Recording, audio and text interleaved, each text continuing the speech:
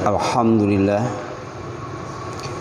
wa syukrulillah wassalatu wassalamu ala rasulillah wala hawla wala quwwata illa billah wa asyhadu an la ilaha illallah wahdahu la syarikalah wa asyhadu anna muhammadan abduhu wa rasuluh.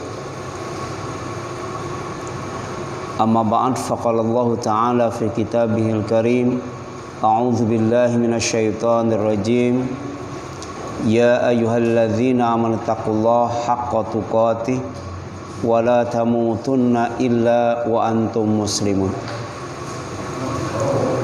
Wa qala Rasulullah sallallahu alaihi wasallam, ittaqillah haitsu ma kunta wa atbi'is sayyi'atal hasanata tamhuha wa khaliqin nas bi khuluqin hasan.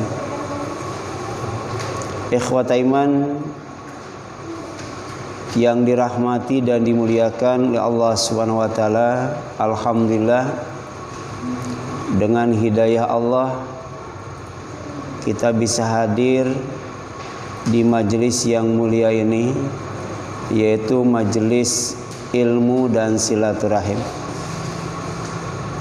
Insyaallah kehadiran kita di majelis ini akan menjadi wasilah untuk meluaskan rezeki kita dan memanjangkan umur kita.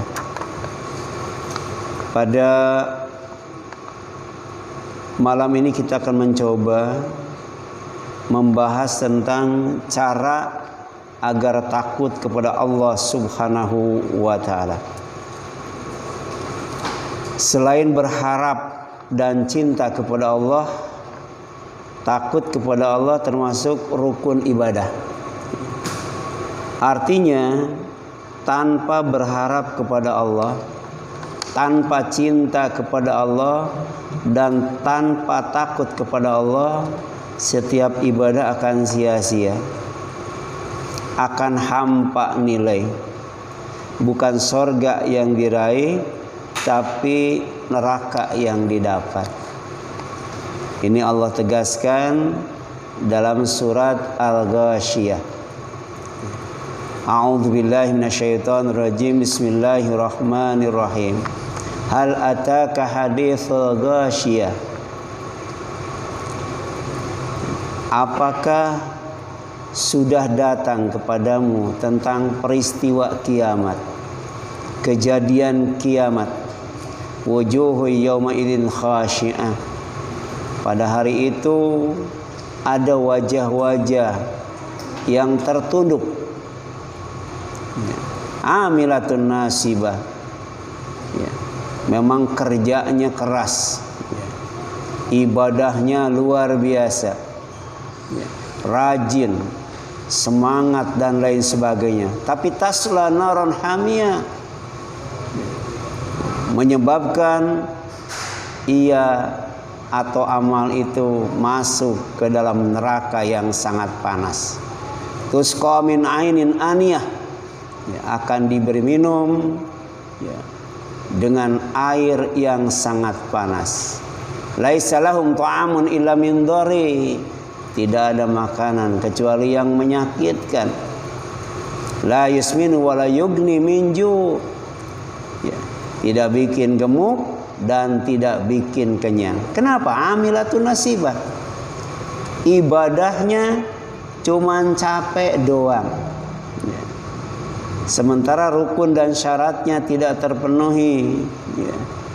Padahal rukun dan syarat itu termasuk, ya, yang menyebabkan sahnya sholat, yang menyebabkan sahnya ibadah, saum, zakat, haji dan sebagainya, ya. Takut kepada Allah adalah takut terhadap kebesaran dan keagungan Allah, ya. Orang yang mengakui dan meyakini kebesaran dan keagungan Allah akan mampu mengendalikan hawa nafsunya, ya. Nafsu makan, nafsu minum, nafsu tidur, nafsu berpakaian, nafsu berbelanja, serta nafsu berkuasa. Jika menjadi pemimpin tidak akan berbuat zalim, tidak akan berlaku semena-mena terhadap rakyatnya. Kenapa? Karena takut kepada Allah, ya. Takut kepada kebesaran Allah, takut kepada keagungan Allah, takut kepada murka Allah, takut kepada laknat Allah, dan takut kepada azab Allah Subhanahu wa ta'ala. Jadi orang yang mengakui dan meyakini kebesaran dan keagungan Allah, ya, akan ringan dan semangat beribadah, serta akan berat dan malas bermaksiat, ya. Jadi berat untuk bermaksiat itu, malas untuk bermaksiat itu, semangat untuk ibadah, ringan untuk ibadah, mudah untuk ibadah. Kalau yakin akan kebesaran Allah, ya. Yakin akan keagungan Allah Subhanahu wa ta'ala. Dan kita dilatih, ya, dibentuk pribadi kita ke arah itu dengan apa? Dengan sholat. Karena ternyata sholat itu adalah ibadah yang paling banyak apanya? Takbirnya. Ya. Dari mulai takbiratul ihram sampai dengan salam itu Allahu Akbar, silakan hitung berapa kali. Ya, kali 17 rakaat. Kalau sholat fardu saja, ditambah sholat tahajud, ditambah sholat duha, ditambah sholat rawatib. Ya. Berapa kali kita bertakbir, ya, mengakui dan meyakini kebesaran dan keagungan Allah Subhanahu wa ta'ala. Dalam Al-Quran surat An-Nazi'at ayat 40 tuh, dan 41, ya, surat ke 79, Allah Subhanahu wa ta'ala berfirman, wa amma, dan adapun man, siapa saja, khofa, yang takut, maqama rabbihi, terhadap kebesaran Rabbnya, yaitu Allah Subhanahu wa ta'ala, wa nahan nafsa, dan dia mencegah dirinya anil hawa, dari hawa nafsu, fa inna jannata hiyal ma'wa, maka sorgalah yang pantas buat tempat dia.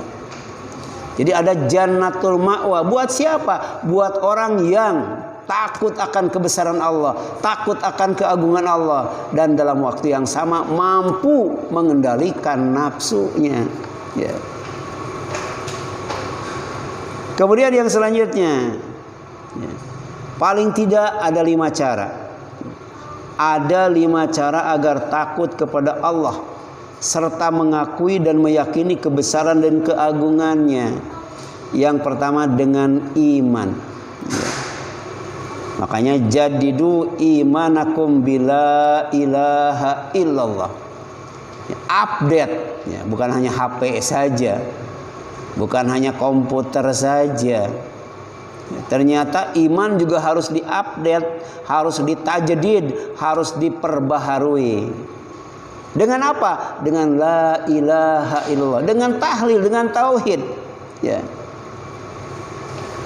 Sebab orang yang beriman sejatinya adalah orang yang apabila disebut nama Allah, diingatkan dengan nama Allah, akan bergetar hatinya, artinya takut itu, takut mendengar nama Allah itu, ya. Innamal mu'minuna alladzina idza dzukirallahu wajilat qulubuhum. Surat Al-Anfal, ya. Surat Al-Anfal ayat 2 tuh, ya. Jadi sesungguhnya orang-orang yang beriman itu adalah mereka yang apabila disebut nama Allah gemetar hatinya, takut dia, ya. Padahal berapa kali kata Allah diucapkan ketika sholat? Dari sekian kali lafaz Allah yang kita ucapkan, berapa kali yang bisa menggetarkan hati kita? Kalau tidak ada satupun yang bisa membuat hati kita bergetar, berarti itu tandanya keimanan kita dalam hati dipertanyakan oleh Allah Subhanahu wa ta'ala, ya. Coba kira-kira berapa kali itu, ya, ketika kata Allah disebut hati kita bergetar, ya. Ini ukuran keimanan, dan ini menggunakan kata innama. Innama itu hanyalah orang yang beriman itu ya. Apabila disebut nama Allah bergetar hatinya. Jadi hatinya sehat, ya. Hatinya hidup itu. Hatinya hidup, tidak sakit, ya. Tidak mati. Nyambung ketika berzikir kepada Allah, ya. Sampai Allah menjamin itu. Bagi orang yang bisa berzikir di tempat sepi seorang diri, kemudian mampu mengalirkan air matanya dengan deras, menangis karena berzikir kepada Allah, Allah akan jadikan alam mahsyar, hari kiamat yang sangat panas sekali, di mana matahari didekat-dekatkan itu menjadi dingin, menjadi adem, ya. Ini ma'unah dari Allah, pertolongan dari Allah Subhanahu wa taala. Ini rahmat dari Allah Subhanahu wa taala, ya. Dan oleh karena itu, ya, terus kita update iman dengan apa? Dengan zikrullah, berzikir kepada Allah Subhanahu wa taala. Dengan apa lagi? Dengan ilmu, ya. Jangan sampai berhenti menuntut ilmu. Jangan sampai bosan menuntut ilmu, karena ilmu itu untuk mengupdate iman, dan iman itu untuk meningkatkan rasa kagum, ya, rasa takut kepada kebesaran dan keagungan Allah Subhanahu wa taala. Ya. Sebab ternyata di antara hamba-hamba Allah yang hanya takut kepada Allah, lagi-lagi hanya takut kepada Allah, ya, adalah orang yang berilmu, ya. Di samping orang yang beriman, yang takut kepada Allah itu adalah hanya orang yang berilmu, ya. Ini jelaskan, innama yakhsyallaha min ibadihil ulama. Sesungguhnya yang akan takut kepada Allah dari hamba-hambanya itu adalah ulama, ya. Orang-orang yang berilmu, ya. Jadi ilmu juga harus diupdate, ya. Jadi setiap hari kita hadir di majelis ilmu untuk menambah ilmu, untuk mengamalkan ilmu, ya. Minta kepada Allah ditambah ilmu, dan ilmu yang sudah didapat bisa diamalkan, ya, bisa diajarkan, bisa disebarkan, bisa dijaga, diingat lewat catatan, ya, lewat hafalan dan lain sebagainya, ya. Kemudian yang selanjutnya, ulama adalah gelar dari Allah, ya. Jadi ternyata kalau kita baca Al-Quran, kata ulama itu sama dengan kata Ramadan, disebut hanya satu kali, ya. Ramadan ada kaitannya dengan nuzulul Quran, ya. Sedang ulama ada kaitannya dengan rasa takut kepada keagungan Allah, rasa takut kepada kebesaran Allah Subhanahu wa taala, ya. Jadi ulama itu gelar Allah, bukan gelar manusia, ya. Beda dengan ustadz, ya. Beda dengan kiai, ajengan, habib, ya, guru spiritual, apalagi itu gelar dari manusia, ya. Dan oleh karena itu kriteria ulama tidak diukur dengan strata gelar akademis yang diraih, ya. Jadi S1, ya, S2, S3, ya. Kalau itu ukurannya, nah, masih kalah dengan Samsung, ya. Sudah S20, ya. Ya, betul kan? Betul ya, S20 ya? Iya kan? Ya. Jadi ukurannya itu bukan gelar akademis, ya. Bisa jadi, ya, cuman SD, ya. Bisa jadi cuman SMA, bisa jadi enggak sekolah, ya. Coba Rasul sekolahnya di mana? Rasul kuliahnya di mana? Tapi rasa takut kepada Allah itu sangat luar biasa, ya. Sangat luar biasa, ya. Jadi diukurnya dengan apa? Dengan seberapa takut kepada Allah Subhanahu wa taala. Karena kata Allah, innama yakhsyallaha min ibadihil ulama. Sesungguhnya yang akan takut kepada Allah dari hamba-hambanya itu adalah ulama. Makanya ketika ditanya kenapa ibadah kepada Allah, karena takut kepada Allah, ya. Kenapa ibadah kepada Allah sampai melahirkan rasa takut kepada Allah? Ya, karena dia dilandasi dengan keilmuan. Makanya Imam Bukhari menulis al ilmu itu qoblal amal. Ya, ilmu itu harus dimiliki sebelum beramal. Ya, menuntut ilmu baru kemudian amalkan. Jangan sampai amal tanpa ilmu. Ya. Kalau ilmu tanpa amal itu Yahudi, ya. Gelarnya al-maghdub. Ya. Kalau amal tanpa ilmu itu Nasrani, ya. Gelarnya ad-dhal. Ya. Tapi orang yang berilmu kemudian ilmunya diamalkan, orang yang beramal berdasarkan ilmu adalah orang yang diberi nikmat oleh Allah Subhanahu wa taala, berada di jalan yang lurus. Siratal ladzina an'amta alaihim ghairil maghdubi alaihim waladhdallin. Jadi ada yang diberi nikmat oleh Allah, ada yang dimurkai oleh Allah, ada yang sesat. Ini kaitannya dengan apa? Kaitannya dengan ilmu. Ilmu dan ibadah, ilmu dan amal soleh. Ya. Kemudian yang ketiga, agar takut kepada kebesaran Allah, takut kepada keagungan Allah adalah dengan cara berzikir kepada Allah. Ya. Dan ternyata dalam Islam itu zikir itu sesuatu yang mengawali ibadah, sesuatu yang mengawali amal soleh, kemudian sesuatu yang menghiasi ibadah dan amal soleh, serta sesuatu yang dilakukan setelah beribadah dan amal soleh. Jadi dalam hidup ini tidak bisa lepas dari zikir. Sebelum ibadah zikir, sebelum amal soleh zikir, ketika ibadah dan amal soleh berzikir, setelah itu juga berzikir. Mana dalilnya? Ada dalam surat Al-Jumu'ah.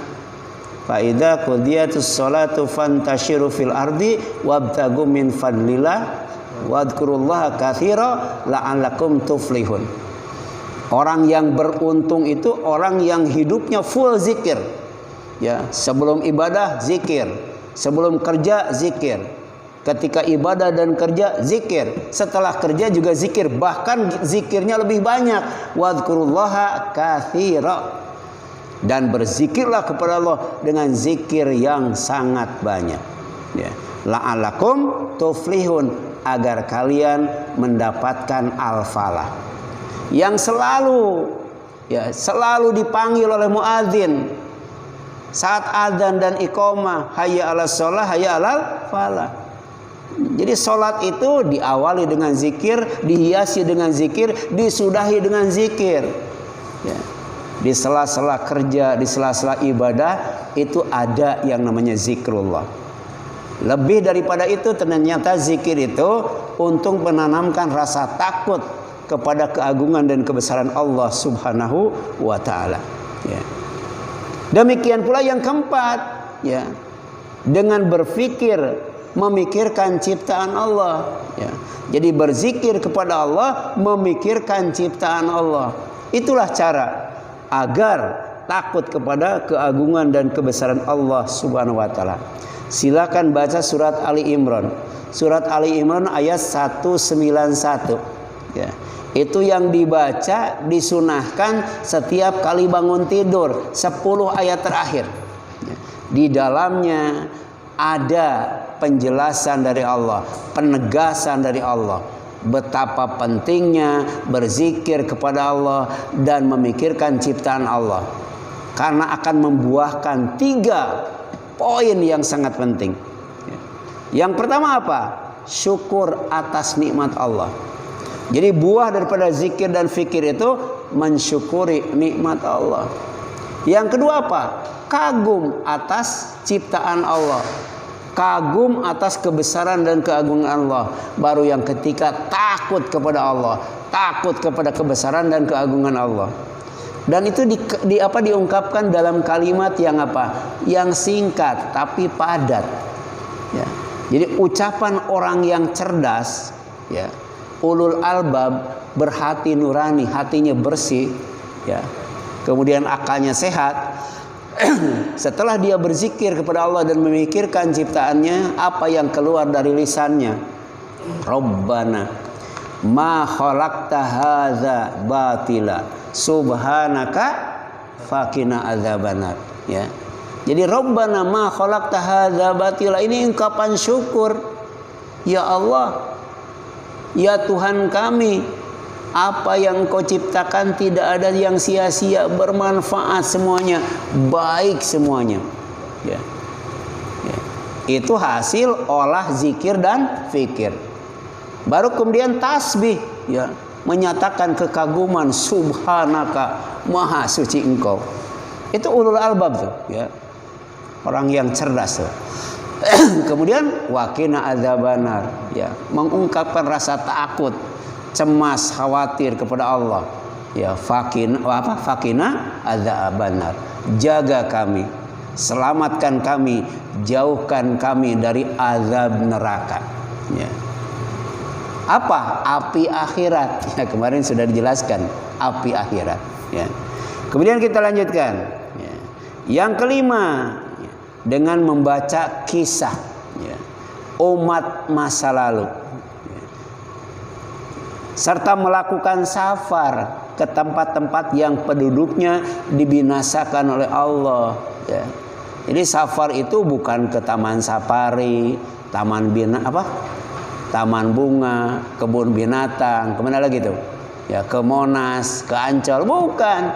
Safar yang bernilai ibadah, safar yang bernuansa ibadah, safar yang bisa meningkatkan akidah adalah safar ke tempat-tempat di mana Allah membinasakan, ya, penduduknya, ya. Serta mengambil pelajaran darinya. Ya, ini penting. Ya. Jadi yang pertama apa? Yang pertama membaca kisah masa lalu. Dalam Al-Quran banyak itu. Dalam hadis juga ada. Ya. Yang kedua, safar ke tempat-tempat, ya, di mana penduduknya dibinasakan oleh Allah. Dan yang ketiga, mengambil ibrah, pelajaran daripada itu. Misalnya dalam Al-Quran, surat An-Nazi'at, ya. Setelah Allah memaparkan kisah Fir'aun, ya, yang memproklamirkan dirinya sebagai Tuhan, ya, Ana rabbukumul a'la, aku Tuhan kalian yang paling tinggi, kata Fir'aun. Maka Allah binasakan Fir'aun, ya. Kemudian setelah itu Allah berfirman, inna fi dzalika la ibratan liman yakhsha. Ya. Sesungguhnya pada yang demikian itu, kisah Fir'aun, salah satu umat masa lalu, ya, ya, la ibratan, sungguh ada pelajaran, liman yakhsha, bagi orang yang takut kepada Allah, takut kepada kebesaran Allah, takut kepada keagungan Allah, takut kepada murka Allah, takut kepada laknat Allah, takut kepada azab Allah Subhanahu wa ta'ala. Ini penting. Coba lihat lagi surat tadi An-Nazi'at 26, sekarang surat Ali Imran 137 tuh. Qad khalat min qablikum sunanun fasiru fil ardi fanduru kaifa kana akibatul mukadzibin. Sungguh telah berlalu sebelum kamu sunnah Allah, ya, hukum-hukum Allah, ya. Apalagi itu, ya, perjalanan umat masa lalu, ya, yang tidak luput dari pengawasan Allah, tidak luput dari pembalasan Allah. Fasiru, oleh karena itu berjalanlah kalian fil ardi, di muka bumi ini. Fanduru, kemudian lihat, perhatikan dengan jeli dan teliti. Kaifa kana akibatul mukadzibin, bagaimana kesudahan orang-orang yang mendustakan. Ya. Coba dalam surat yang tadi dibaca, surat apa tuh? Al-Mursalat, ya. Dalam surat Al-Mursalat tuh berapa kali Allah berfirman, wailu yauma idzin lil mukadzibin, wailu yauma idzin lil mukadzibin, wailu yauma idzin lil mukadzibin. Ya. Neraka, celaka, binasa, ya. Ya. Bagi orang yang mendustakan. Ya. Jadi ada tempat-tempat yang dibinasakan penduduknya oleh Allah. Kenapa? Karena al-mukadzibin, mereka mendustakan. Ya. Dalam surat Al-Mutaffifin tuh, wailu yauma idzil lil mukadzibin alladzina yukadzibuna biyaumiddin. Orang yang mendustakan hari pembalasan, ya. Dalam surat Al-Qiyamah dijelaskan kenapa orang terang-terangan berbuat dosa dan maksiat malah bangga melakukan kemaksiatan. Pertama, karena tidak percaya dengan hari kiamat, tidak percaya dengan hari kebangkitan, tidak percaya dengan hari pembalasan. Makanya tidak malu lagi berbuat dosa, tidak takut lagi berbuat dosa. Bahkan berbuat dosa merupakan satu kebanggaan. Mereka sombong melakukannya. Alladzina yukadzibuna biyaumiddin wa ma yukadzibu bihi illa kullu mu'tadin azim, asim. Ya, dan tidaklah ia mendustakan, ya. Jadi orang yang mendustakan itu dikatakan orang mendustakan siapa? Orang yang melampaui batas, ya, melanggar aturan Allah. Kemudian asim itu gemar berbuat dosa dan maksiat. Coba lihat, ya, jalan ke tempat di mana penduduknya dibinasakan oleh Allah Subhanahu wa taala. Ya. Kemudian yang selanjutnya surat An-Naml 69 tuh. Qul, katakan oleh Muhammad, siru, berjalanlah kalian. Ya. Kan ada pelajaran sirah, ya. Ya, sirah itu sama dengan sunnah, ya. Itu artinya perjalanan, aturan, kebiasaan, adat, tradisi, jalan yang ditempuh oleh Rasulullah, jalan yang ditempuh oleh para sahabat, jalan yang ditempuh oleh orang-orang yang beriman, jalan yang lurus, jalan yang baik, jalan yang benar, jalan yang akan mengantarkan kepada surga dan ridho Allah Subhanahu wa taala. Qul, katakan oleh Muhammad, siru, berjalanlah kalian. Lagi-lagi di mana? Fil ardi, di muka bumi ini. Nggak usah jauh-jauh. Sebab kalau jalan ke langit perlu apa tuh? Perlu apa jalan-jalan ke langit? Perlu ilmu dan teknologi, ya, alat transportasi yang canggih, ya. Nah, jalan aja di muka bumi yang dekat, ya. Nggak usah misalnya ke Laut Mati. Di mana Laut Mati itu? Nggak usah. Misalnya kemana tuh? Ke Garut. Dampak dari Gunung Galunggung ke Tasik, ya. Kemudian apa tuh dampak dari banjir bandang, gitu. Itu di Garut itu ada satu kampung, ya. Adanya di bawah jalan itu, ya. Di sana itu ada 3 rumah, ya. Setiap malamnya tuh dipakai untuk kegiatan prostitusi itu, ya. Prostitusi, ya. Kemudian berbaur dengan rumah-rumah yang lain. Ketika terjadi banjir bandang, ya, kalau kita turun ke sana, sungai itu ada di bawah, ya. Dan tingginya air itu cuma 1 mata kaki, ya. Sementara dari sungai ke jalan itu sekitar 1 meter atau 2 meter itu, ya. Tapi kemudian ketika banjir bandang, atap rumah itu terendam itu. Sampai orang jam 2 atau jam 1 atau jam 3 malam itu mengumandangkan takbir itu, bayangkan, ya. Coba kalau tidak banjir, keluar rumah nggak? Paling di mana tuh kalau nggak banjir? Di atas tempat tidur, ya. Ini menaik ke atas, kemudian mengumandangkan takbir itu sampai banjirnya surut. Kenapa? Karena takut kepada Allah, ya. Dia mengumandangkan takbir, bukan takut sama air, takut sama Allah. Dan yang menarik di tempat itu, 30 rumah yang setiap malamnya digunakan prostitusi habis, tidak tersisa satupun. Sementara rumah-rumah yang lainnya aman dan selamat, ya. Ini menarik ini, ya. Mirip dengan kisah si Korun, ya. Si Korun dan rumahnya ditenggelamkan ke dalam bumi, yang lainnya aman dan selamat. Sementara kisah Nabi Lut, semua umat yang durhaka dibinasakan oleh Allah, habis ditenggelamkan ke dasar bumi yang paling dalam. Ada 1 rumah dan yang aman dan selamat, ya. Rumah yang di dalamnya adalah penduduknya orang Islam, yang Nabi Lut belum sempat mengevakuasi, ngasih tahu ke tempat itu. Tapi ternyata azab yang Allah timpakan, ya, kepada mereka, ya, berupa hujan batu yang menyala. Tapi yang menarik dalam Al-Quran itu batu ada namanya, Ya, jadi di rumah itu ya tidak ada nama orang yang tercantum di batu. Aman dan selamat. Yang lainnya kena batu, mampus ya, kemudian ditenggelamkan ke dasar bumi. Satu rumah aman dan selamat. Ini persis ketika kita berkunjung ke Tasik. Nggak tahu sekarang masih ada nggak?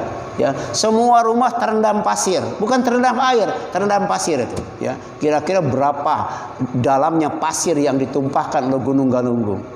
Ya, di atas pasir itu batu yang gede, gedenya lebih besar daripada rumah itu. Ya, di atas itu. Ya, tapi di padang pasir itu, di lautan pasir yang di dalamnya banyak rumah yang ditenggelamkan oleh Allah, ada satu tempat ya, seolah-olah diangkat oleh malaikat. Dan ternyata pada waktu kejadian itu di dalamnya ada orang yang sedang qiyamul lail, ada orang yang sedang salat tahajud. Makanya tidak mungkin ya tempat itu dibinasakan oleh Allah kalau di dalamnya tidak ada orang yang mendustakan Allah. Jadi yang pertama, tempat yang dibinasakan oleh Allah itu al-mukadzibin. Ya. Yang kedua apa? Yang kedua, ya, fanduru kaifa kana akibatul ladina min qabl kana aktsaruhum musyrikin.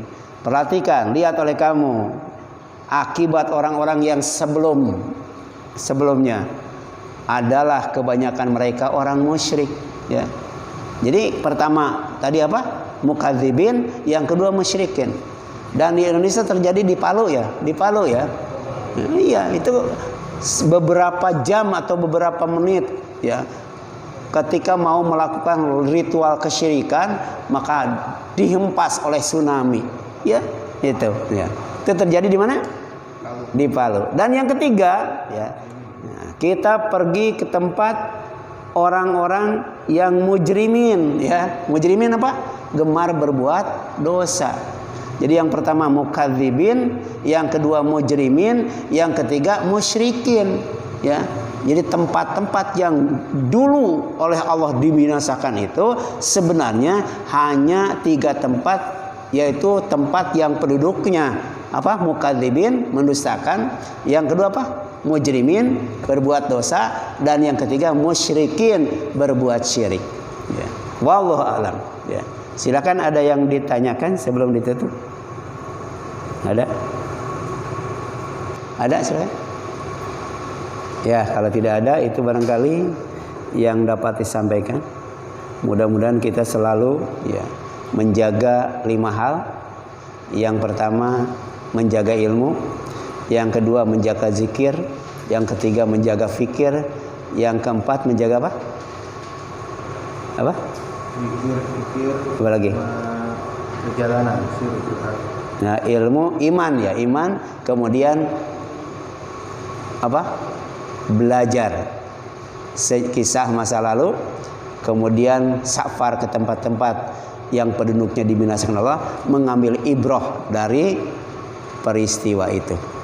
Ya, aqulu qouli hadza wa astaghfirullah li wa lakum wal afu minkum subhanaka Allahumma wa bihamdika asyhadu an la ilaha illa anta astaghfiruka wa atubu ilaik. Wassalamualaikum warahmatullahi wabarakatuh.